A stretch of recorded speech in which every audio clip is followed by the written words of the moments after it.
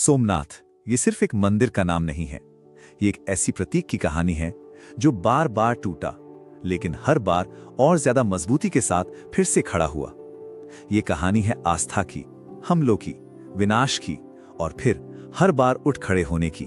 चलिए इस कहानी की शुरुआत करते हैं एक ऐसे नजारे के साथ जिस पर शायद यकीन करना भी मुश्किल हो जाए। सोचिए जरा, एक विशाल शिवलिंग जो बिना किसी सहारे के हवा में लटका हुआ है, ना कोई रस्सी ना कोई खंभा।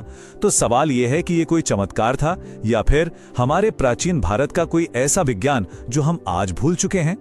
अब जरा इतिहास में चलते हैं, एक बहुत ही अहम मोड़ पर। साल था 1026। एक बहुत बड़ी सेना मंदिर के दरवाजे पर आ खड़ी हुई और उसका इरादा सिर्फ लूटपाट से कहीं ज्यादा था। ये हमलावर था महमूद गजनवी। कहा जाता है कि उसकी सेना ने मंदिर की रक्षा कर रहे लगभग 50,000 लोगों का कत्ल कर दिया। सिर्फ मंदिर ही नहीं लूटा, बल्कि उस वक्त के 20 मिलियन दीनार के बराबर की दौलत भी ले गया। यह भारतीय इतिहास के सबसे बड़े सांस्कृतिक हमलों में से एक था। तो आखिर ये जगह थी कौन सी और क्यों इसकी कहानी हमारे इतिहास के लिए इतनी जरूरी है? इसे समझने के लिए ना हमें इतिहास और पौराणिक कथाओं दोनों की गहराइयों में उतरना होगा।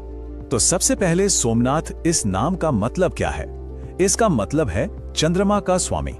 स्कंद पुराण के अनुसार इस मंदिर को खुद चंद्रदेव ने बनवाया था और इसके पीछे की कहानी वाकई बहुत दिलचस्प है।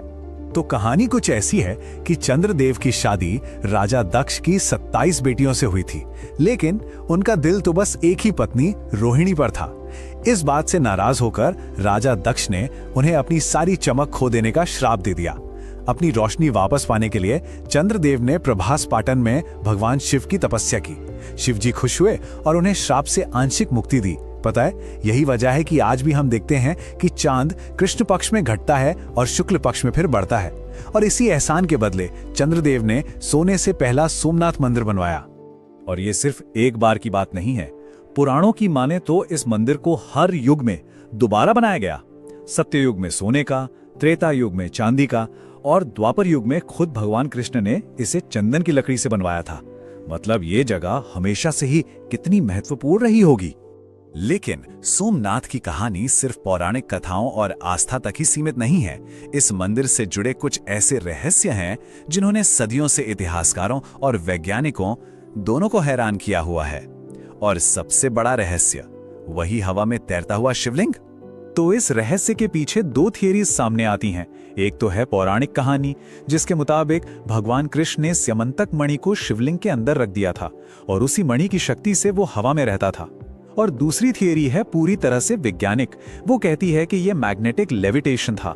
मतलब मंदिर का गुंबद मजबूत चुंबकीय पत्थरों का बना था और शिवलिंग एक खास किस्म के लोहे का, और इन दोनों के मैग्नेटिक फील्ड की वजह से वो बीच में हवा में लटका रहता था। और पता है, रहस्यों का ये सिलसिला आज भी खत्म नहीं हुआ है। अभी हाल ही में 2020 में IIT गांधीनगर ने एक सर्वे किया और उन्हें मंदिर के ठीक नीचे एक 3 मंजिला ढांचा मिला है।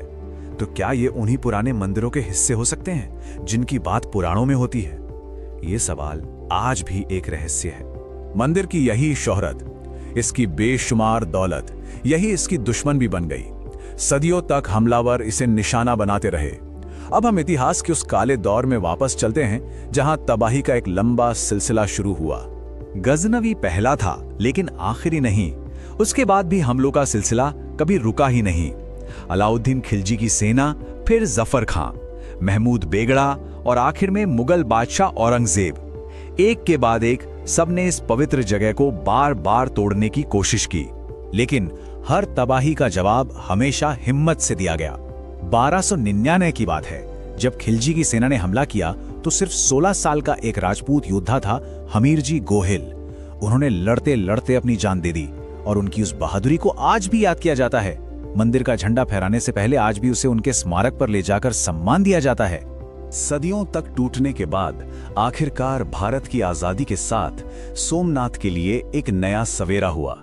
और अब ये कहानी सिर्फ एक मंदिर के दोबारा बनने की नहीं रही, बल्कि ये एक नए राष्ट्र की कहानी बन गई। साल 1947 आजाद भारत के पहले गृह मंत्री सरदार वल्लभ भाई पटेल ने प्रण लिया कि सोमनाथ को फिर से बनाया जाएगा। इसके लिए सोमनाथ ट्रस्ट बना और 1951 आते आते एक नया भव्य मंदिर बनकर तैयार हो गया और उसका उद्घाटन हुआ। लेकिन ये सब इतना सीधा भी नहीं था। इस मंदिर को दोबारा बनाने पर देश के दो सबसे बड़े नेताओं के बीच ही गहरे मतभेद थे। एक तरफ थे सरदार पटेल, जो इसे राष्ट्रीय गौरव को फिर से पाने जैसा मानते थे, तो दूसरी तरफ थे प्रधानमंत्री जवाहरलाल नेहरू। उन्हें लगता था कि एक धर्मनिरपेक्ष सरकार को मंदिर बनाने में पैसा नहीं लगाना चाहिए, इससे हिंदू पुनरुत्थानवाद को बढ़ावा मिल सकता है। तो इस बहस के बीच में महात्मा गांधी ने एक रास्ता सुझाया। उन्होंने कहा, मंदिर बनना तो चाहिए, पूरा समर्थन है, लेकिन इसमें सरकार का पैसा नहीं लगना चाहिए। इसका पैसा देश की जनता से इकट्ठा किया जाना चाहिए। और आखिर में 11 मई 1951 को भारत के पहले राष्ट्रपति डॉक्टर राजेंद्र प्रसाद ने नए मंदिर का उद्घाटन किया और अपने भाषण में उन्होंने एक बहुत बड़ी बात कही। उन्होंने कहा कि सोमनाथ मंदिर सिर्फ एक इमारत नहीं है, ये विनाश पर निर्माण की जीत का प्रतीक है। तो सोमनाथ की ये जो इतनी लंबी, इतनी उतार चढ़ाव भरी कहानी है, ये हमें आखिर बताती क्या है? क्या ये सिर्फ एक धार्मिक पुनरुत्थान की कहानी है, या फिर ये एक संस्कृति के लचीलेपन की, उसके रेजिलियंस की कहानी है? एक ऐसी भावना जो हर बार टूटने के बाद और ज्यादा मजबूती से खड़ी हो जाती है। ये एक ऐसा सवाल है जो आज भी उतना ही जरूरी है।